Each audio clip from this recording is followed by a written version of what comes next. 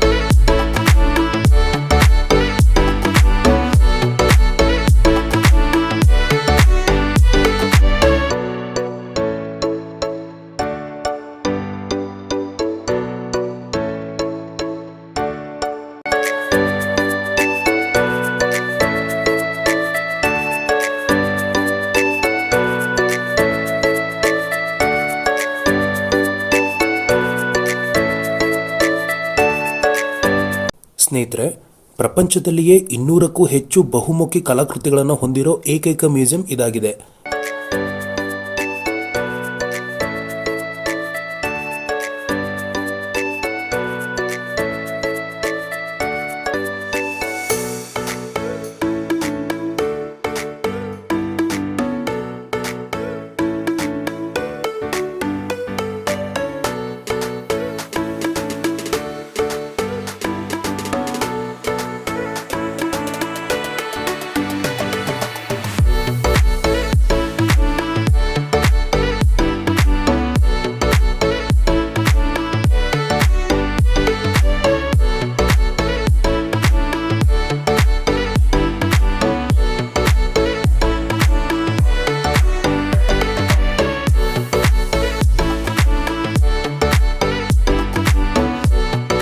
ಇಲ್ಲಿ ಒಟ್ಟು 600ಕ್ಕೂ ಹೆಚ್ಚು ಕಲಾಕೃತಿಗಳನ್ನು ನೋಡುಗರು ಕಣ್ತುಂಬಿಕೊಳ್ಬಹುದು.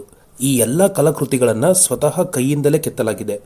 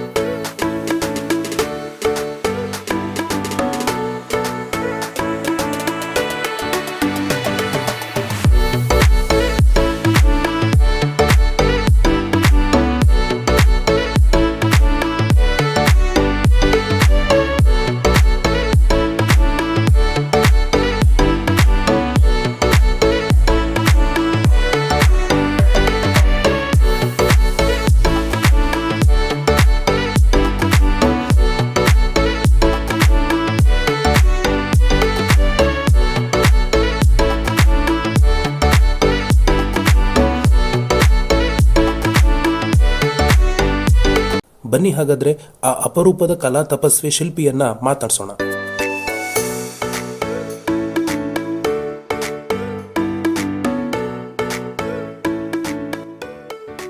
ಆ 45 ವರ್ಷದಿಂದ ನಮ್ಮ ಯಾವ ಹುಟ್ಟಿದಲ್ದಿತ್ತಿರೋ ಮೈಸೂರು ಈಗ ಸೋಮನಾಥ್ಪುರ, ಆ, ಹಳೇಬೀಡು, ಬೇಳೂರು ದೇವಸ್ಥಾನಗಳು ಈಗ ನಾನು ನೋಡಿದ್ಮೇಲೆ ಒಂಥರ ಆ, ಈ ಆಸೆ ಬಂತು ನನಗೆ, ಈ ಆ ಥರ ಮಾಡ್ಬೇಕಲ್ಲ ಅಂತ.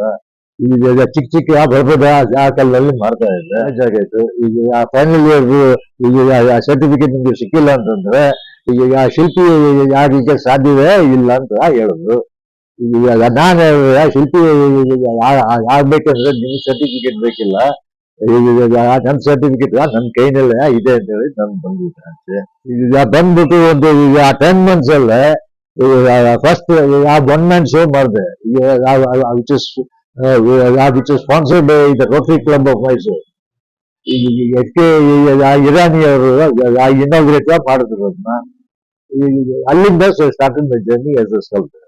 ಆ ಇನ್ಸ್ಟಿಟ್ಯೂಟ್ ಅಲ್ಲಿ ಒಬ್ಬನೇ. ಮತ್ತೆ ನನಗೆ ಮೇನ್ ಟೀಚರು ಆ ದೇವಸ್ಥಾನಗಳೇ. ಈಗ ಸಾಲದಿಂದ ಮ್ಯೂಸಿಯಂ ಅಲ್ಲಿ ಒಂದಿದೆ ಈಗ ಒಂದ್ ಸೈಡ್ ಸೋಲ್ಜರ್, ಒಂದ್ ಸೈಡ್ ಲೇಡಿ ಇದೆ. ನಾನು ಯಾಕೆ ಮಾಡ್ಕೊಡ್ದು ಅಂತ ಎರಡೆರಡು ಮಾಡಿ ಎರಡು ಮಕ್ಕಳು ಮಾಡಕ್ ಬಂದೆ. ಈಗ 3 ಮಕ 4 ಮಕ. ಈಗ ಕೆಲವರು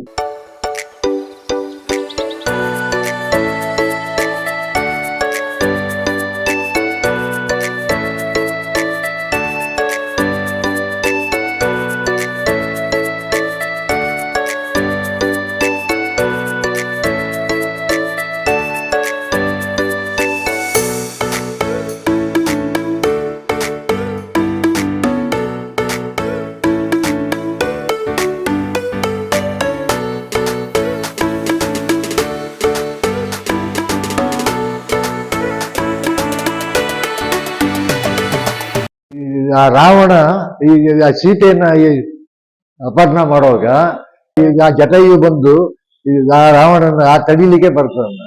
ಆ ರಾವಣನ ಕಿರೀಟನೆಲ್ಲ ಬಿಡಿಸಾಕ್ಬಿಡುತ್ತೆ. ಈಗ ಆ ರಾವಣ ಈಗ ಆ ಜಟಾಯುದು ಆ ರೆಕ್ಕೆಯನ್ನ ಕತ್ತರಿಸ್ಬಿಡ್ತಾನೆ. ಈಗ ಸೀತೆಯನ್ನ ಅಪಹರಣ ಮಾಡ್ಕೊಂಡು ಹೋಗೋದು.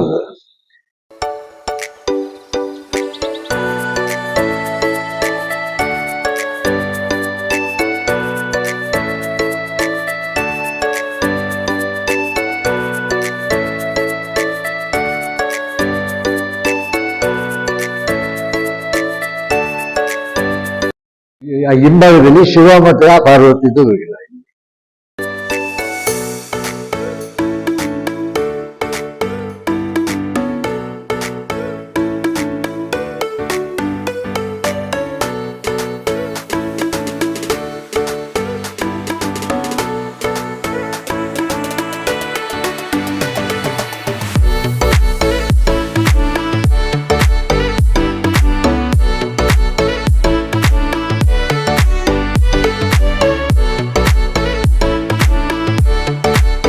ರಾಮಶೆಟ್ಟು ಈಗ ಸಾಮಾನ್ಯವಾಗಿ ಆ ಶಿಲ್ಪಿಯರು ಈಗ ಬೇರೆ ಬೇರೆ ಮಾಡಿ ಕುಂದಿಸ್ತಾರೆ. ಈಗ ಇದು ಒಂದೇ ಕಲ್ಲಲ್ಲಿ ಕೆತ್ತಿರೋದು. ಈಗ ಒಂದೇ ಕಲ್ಲಿನಲ್ಲಿ ರಾಮ, ಸೀತಾ, ಲಕ್ಷ್ಮಣ, ಆಂಜನೇಯನೇ ಕೆತ್ತಿದ್ರು ಆ ಒಂದೇ ಕಲ್ಲಲ್ಲಿ.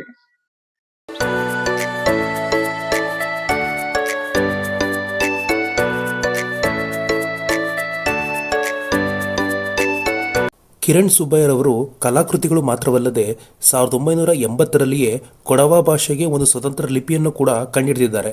ಅದರ ಒಂದು ಸ್ಯಾಂಪಲ್ ಇಲ್ಲಿದೆ ನೋಡಿ.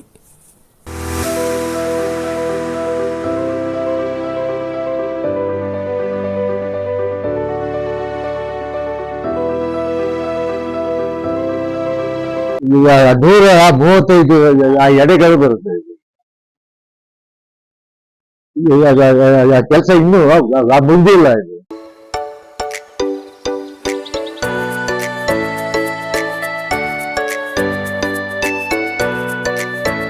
ಆದಿಶೇಷನ ಪೀಠ ಇದು. ಈಗ ಪೀಠದ ಮೇಲೆ ಈಗ 45 ಹಾವುಗಳು ಬರುತ್ತೆ ಬೇರೆ ಬೇರೆ ಬೇರೆ. ಸುಮಾರು ಕೆಲಸ ಇದೆ.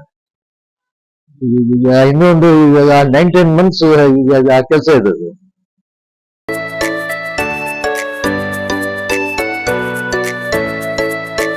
ಸ್ನೇಹಿತರೆ, ಕೊನೆಯದಾಗಿ ಹೇಳೋದೇನೆಂದರೆ, ಇಷ್ಟೆಲ್ಲ ಸಾಧನೆ ಮಾಡಿರೋ ಕಿರಣ್ ಸುಬ್ಬಯ್ಯರವರಿಗೆ ಯಾವುದೇ ರೀತಿಯ ಪುರಸ್ಕಾರ ಗೌರವಗಳು ಸಿಕ್ಕಿಲ್ಲ. ಮಾಧ್ಯಮದವರು ಕೂಡ ಇವರ ಬಗ್ಗೆ ಹೆಚ್ಚಾಗಿ ಗಮನ ಹರಿಸಿಲ್ಲ. ಇದು AKS ಮ್ಯೂಸಿಯಂ ಮೈಸೂರಿನ ಬಂಬು ಬಜಾರ್ ರಸ್ತೆಯಲ್ಲಿರುವ ಮೌಲಾನಾ ಅಬ್ದುಲ್ ಕಲಾಂ ಆಜಾದ್ ಸರ್ಕಲ್ ಬಳಿ ಇದೆ. ಈ ಮ್ಯೂಸಿಯಂಗೆ ನೀವು ಭೇಟಿ ನೀಡಿದರೆ ಮರೆಯದೆ ಕಿರಣ್ ಸುಬ್ಬಯ್ಯರವರಿಗೆ ಒಂದು ಥ್ಯಾಂಕ್ಸ್ ಹೇಳಿ. ಸಾಧ್ಯವಾದರೆ ಅವರು ನಿರ್ಮಾಣ ಮಾಡಿರುವ ಟ್ರಸ್ಟ್ಗೆ ನಿಮ್ಮ ಕೈಲಾದ ಸಹಾಯ ಮಾಡಿ. ಈ ವಿಡಿಯೋನ ಹೆಚ್ಚು ಶೇರ್ ಮಾಡುವ ಮುಖಾಂತರ ಇಂತಹ ಸಾಧಕರ ಪರಿಚಯ ಹೆಚ್ಚು ಜನರಿಗೆ ತಲುಪುವಂತೆ ಮಾಡಿ. ಧನ್ಯವಾದಗಳು.